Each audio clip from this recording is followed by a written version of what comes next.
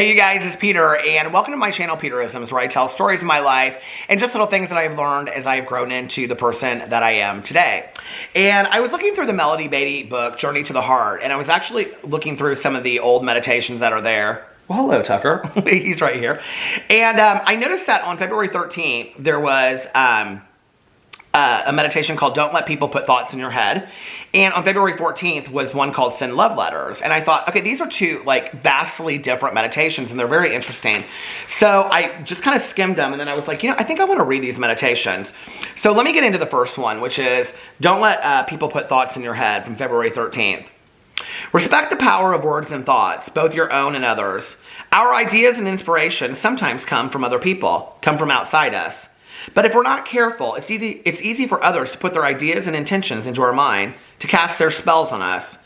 You aren't very creative. Your heart isn't open. You're really not that healthy. You need me to succeed. You don't deserve success. In fact, you don't deserve ... How easy is it to be unaware of the process, to walk around with other people's words in our head, taking them as truth, taking them as our own, letting their ideas about us control our lives and our beliefs. We don't have to let others put their spells on us. We don't have to believe what they say. What are the words others have spoken to you? The spells they've cast on you in your life. What phrases are echoing in your mind, and who do they belong to? Listen to what you hear, and if they are not yours, get them out. Words are powerful. Don't let other people put them in your head, and choose carefully the words you speak to them.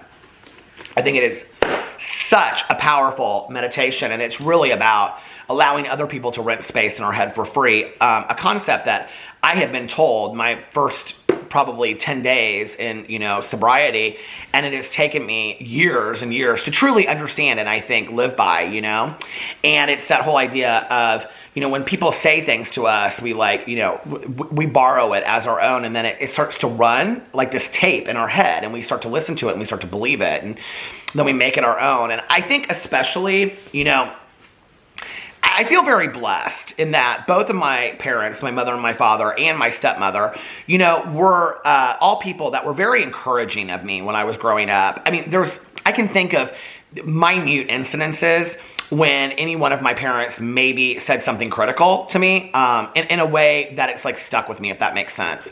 But very, very rarely, they were always just uplifting of whatever I wanted to pursue in my life, and they were always just very positive. And I mean, I was, other than growing up in an alcoholic home with my mother was just always so loving and encouraging, and I feel very blessed to have a family that I came from that, because I have some very, very dear friends of mine that grew up in situations where that wasn't the case, where they were put down and they were told that they weren't good enough, not once, not twice, not just repeatedly, but for years upon end, upon years upon end, upon years upon end, where at some point they believed it to be true. If this person that is supposed to love me, because this is my mother, my sister, my grandparent, a teacher, a coach, whatever. If this person's supposed to love me, and then they're saying these things about me, you're not good enough, I should never have had you, putting down people's appearances and weight. And we think that this stuff doesn't happen in families. It happens all the time, And then I think a lot of people borrow that as to be their own truth, and that somewhere along the way, it stops being what mom says, and it stops being what sister says, and it stops being what, grandma or grandpa says or whatever, and it becomes what we believe. We've bought into that, It's like in the movie, The Pretty Woman with Julia Roberts. I love that movie. And I love the part where he says to her when they're laying down, and he says, "You're so beautiful." And she says, "The bad stuff is easier to believe. When somebody tells you something long enough, you start to believe it." And I think that is so true, When I look back on my having grown up being bullied, and people saying horrible things to me, there was a point when I started to believe that. I started to believe that I was worthless. I started to believe that I wasn't worth anything. I started to believe that, why would anybody want to be my friend? I bought into that all, And then what happened as a result of that, when we want to talk about throw these fancy words around, self-esteem, self-worth, self-concept, I just don't love any of those words. Like self-concept is probably the closest one to me that I can like kind of get behind and be like, okay, I like the idea of what is your self-concept. But it's like, these are like fancy words that we throw onto things that we don't really know what they mean. It's like really what it means is, well, what is your worth? What is your value in your own head, right? So that was like, it took 20 years for me to get to the point where basically it was like this buildup of people saying things to me where I got to the point where I'm like, yeah, I am a piece of crap, you know? And then it's taken me another 20 years to undo all of that, of like, no, I'm not a piece of crap, right? To the point where now I'm 48 years old and I'm like, I can finally start to live my life and enjoy my life, realizing I deserve to be loved. I am good enough. I do love myself, you know? And it's taken me a really long time to get there. There are some people that the damage is done, and I don't know if they don't do, I mean, you're talking about a lot of work. I mean, I've done a lot of work on this crap, as have others. But, you know, for people that I know out there that, like, they're getting to this late in life or whatever, it's just like, you know, how do you tell somebody, just love yourself, you're good enough, just get over, I mean, you can't tell somebody just to get over it. It's just, if you've gone through that kind of pain, and, you know, and hell, I was bullied in school, but I had safe places when I came home, you know, where I was embraced by love. But I think that, you know, for a lot of people that grew up in homes where they were just criticized and put down all the time, and, you know, you're just not good enough and whatever, and they've been believing that since forever, it's so hard to get away from that, you know? Because then it's like, well, if all of these people said it, then there must be truth to it. Well, that's not true, okay? That's just not true at all. You know your own truth. You know your own value. You know deep down your own worth. And I think what's so hard is that when you're working through that stuff, it's like, I want to be lovable. I want to believe that I'm worthy. I want to believe that other people are capable of loving me. But it's like every time that you get to the point of almost saying it, I mean, I'm telling you right now, you guys, 26 years sober and lots of counseling and lots of inventory and work with my sponsor. And at 48, almost 49 years old, it is still really hard for me to sit here and say, you know, I know that I'm worthy. I love myself. I deserve to be loved. I mean, it's really hard for me still to say that today, because as soon as I say it, there's that voice in my head that's like, no, you're not. No, you're not. And that's the voice, that's that I constantly fight, you know? And so I feel for people, you know? So great, we can read a meditation book about this. You know, we can read a meditation book about not playing into what other people say. We can say, don't let people rent space in your head for free. Well, that's a starting point, you know? It's like the whole idea of like, it gets better, but how does it get better? Well, it gets better by every day telling yourself, I love you, you're good enough. Saying it until you believe it, you know? It's about treating yourself like you love yourself. It's about, you know, when those old thoughts come through your head of you're not good enough, you're not worthy, you're not deserving, that you just stop that immediately and you say, no, I'm not going to think that way. That's a negative thought. I'm not going to allow that. That's not true today, right? And you say that to yourself and you do the work on it to where you start to change after a while. And then when people come to you and they say these similar things that people, because a lot of us repeat these repeat these situations in relationships. You know, we had a mom that said it to us, you know, when we were growing up, and then we marry somebody that says the same things to us because we're trying to rework it out in relationships, see? Because what we do, kind of like, this is just from personal experience because I've been there, but I've had to have it pointed out to me by counselors. But what we do is, so I get in this relationship, right? Like one of the first like guys I ever dated for a long period of time, well, it was right before I got sober, used to say such horrific things to me, right? Horrible things he said to me. And it was like, okay, but like, if I can fix this and I can get him to like me and I can get him to realize that I am good enough and those things that he's saying are not true, then maybe all of these things that anybody ever said to me aren't true. You know what I mean? Because if I can change that, then maybe none of that was true. Why was I doing that? Why was I putting time and energy in trying to get somebody to love me why not be with people that want to love me already, when there are people out there that do? Why not spend my time with people that like me? Why not spend my time around people that enjoy being with me? Why would I spend my time with people that don't? And you know what? I have to tell you, just in the last 2 years, I have rid those people from my life. I do not have them in my life anymore.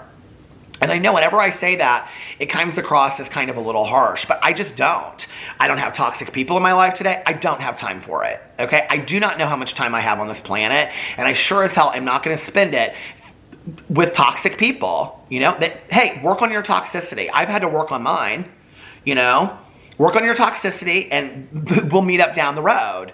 But it's like, I don't have toxic people in my life. I don't have negative Nancys in my life today. I have people in my life that want to have, open, enjoyable conversations and experiences, spending them together and spending our lives together. Life is too short. Life is too short that we should be spending our time with people that are just going to drain our energy and drag us down. And especially people that are going to make us feel worse about ourselves than we already feel. I don't have time for that today. I just don't whatsoever. I don't engage in it, and I don't play into that whatsoever, I just don't. I'm just like, it is what it is, But there are a lot of people out there that it's so much easier, like that's the other thing, right? It's so much easier to tell you about somebody else than have to actually work on yourself. And what I've realized is, like, this is probably one of the most valuable lessons. I've talked about this on here, is I would rather put that time and energy into working on myself. You know what I mean? So I just don't, and I don't engage in that today. I would rather buy myself flowers or dance to a song, or, I have the strawberry pound cake candle lit up because it makes me happy, or, spend time with my friends or my husband or my dogs, or I'd rather spend time with people that make me feel happy, that uplift me. And that doesn't mean it has to be all the time. I think in true relationships and true friendships, we challenge each other to be better people. Like I've always said, like a true friend is somebody that will tell you what you need to hear, not what you want to hear. But maybe not the entire time that you're with them. You know what I mean? Like, I don't need my friend to be a teacher to me all the time. Like, we can have fun times and we can uplift each other as well, but in a truthful manner. Like, I don't tell the people that I love in my life things about, I would never look like, I'm just using this as an example, okay? Because my friend Tanya dresses so cute, it doesn't even matter. But I would never look at her and be like, oh, gal, I love your sweatshirt, and lie about it. Like, I would say it because I believe it, right? Just like I would say to her, like, wow, like what you shared with me just really powerfully impacted me. Thank you. Like we compliment each other in true ways, just like we challenge each other in true ways. And I think that that's the significance of a real friendship, And I think that, as you get older and you realize how much time we have invested in this world, okay? And I'm not saying you have to be 48 to get this, or 78 or 68 or whatever, or 58 or 20, I don't know. But like, I think at some point you get this, that I have invested enough time and energy caring about what other people said. It's not that important, And it's like the old saying, what other people say about me, it's really none of my business. So anyway, let me know what you think about that meditation in the comment section below. I'm just going to read the other meditation too. Should I just read it? And not, I can't read it and not comment on it. You know what I mean? Hold on a second. Let me get to it. Where is it at? Send love letters. Let's read it. Because if I don't, then it'll be another year, because this was from February 14th. Sending love letters to people we care about is a rewarding experience, both for us and for them. Making the time to take pen in hand and express our thoughts is valuable, but there's another way to send love letters too. This way takes as much time and attention as writing a loving note does, but it doesn't require a pen and paper. It requires concentrated thought. There's an invisible thread of energy winding through the universe, one that connects us all. Have you ever noticed that sometimes you can tell if someone's angry or upset with you, even if you haven't talked to or seen this person? You can feel his or her anger even if you haven't been physically present to experience it. Thoughts have power, particularly those charged with intense emotional energy. When we think mean, bitter thoughts, it can be like sending hate mail along our connecting wires. It can almost be a sensory attack. Why not send loving thoughts charged with positive emotional energy? We can consciously choose to use our connections to others to send love. I love this idea. Send positive thoughts, blessings, peace, assistance in time of crisis. We can send our thoughts in the form of a prayer, or we can simply think a blessing or positive thought. Oh, I'm such a believer in prayer and blessings.